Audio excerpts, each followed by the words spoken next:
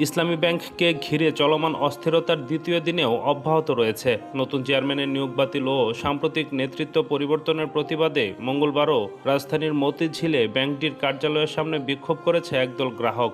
সকাল 9:30টার দিকে ইসলামী ব্যাংক সচেতন গ্রাহক ফোরামের ব্যানারে বিক্ষোভ শুরু হয়। বিক্ষোভকারীরা সোমবার রাতে অনুষ্ঠিত ব্যাংকের ভার্চুয়াল বোর্ড সভার বিরোধিতা করেন। ওই সভায় সাবেক ব্যবস্থাপনা পরিচালক উমর ফারুক খানের পদত্যাগপত্র গ্রহণ করে পরিচালনা পর্ষদ। বিক্ষোভকারীরা ব্যাংকের পরিচালনা পর্ষদের সাম্প্রতিক বিভিন্ন সিদ্ধান্তের সমালোচনা করেন এবং নেতৃত্বে আমূল পরিবর্তনের দাবি জানান। একই সঙ্গে ইসলামী ব্যাংকের সব পর্ষদ সদস্যরও পদত্যাগ দাবি করেন। গতকাল সোমবারও মতিঝিলের ইসলামী ব্যাংক সচেতন গ্রাহক ফোরামের ব্যানারে বিক্ষোভ হয়। পরিস্থিতি নিয়ন্ত্রণে আনতে পুলিশ সাউন্ড গ্রেনেড ও জলকামান ব্যবহার করে বিক্ষোভকারীদের ছত্রভঙ্গ করে।